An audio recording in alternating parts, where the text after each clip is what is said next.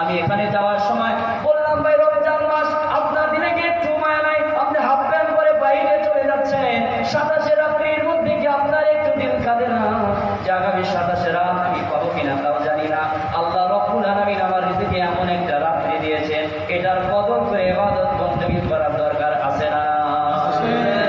আল্লাহ রাব্বুল আলামিন বলে, বান্দা, তোমার মা যখন তোমাকে পেটে ধরেছে, 10 মাস 10 দিন পেটে ধরেছে, এই মা তোমাকে মা শব্দটা শোনার জন্য কত কষ্ট করেছে জানো না?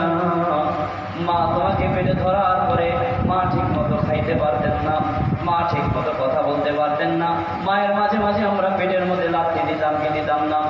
মায়ের পেটের মধ্যে লাথি দিতাম, মা সহ্য করে মুখটা বন্ধ করে সহ্য করতেন, আর মাঝে মাঝে এরকম করে বলতেন, আল্লাহ তুমি আমাকে মা শব্দটার জন্য ডাক শোনার জন্য যে কষ্ট আমি সহ্য করতেছি, আমার পেটের সন্তানটাকে তুমি সুস্থ রাখো, সবল রাখো।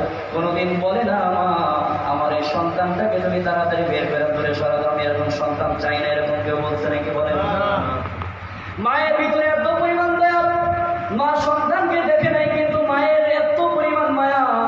এই সন্তান ঠান্ডা লাগবে বলে মা ঠান্ডা পানি লাগে না, মা ভারী জিনিস কখনো চেতায় না যে পেটের সন্তানের ব্যথা লাগবে।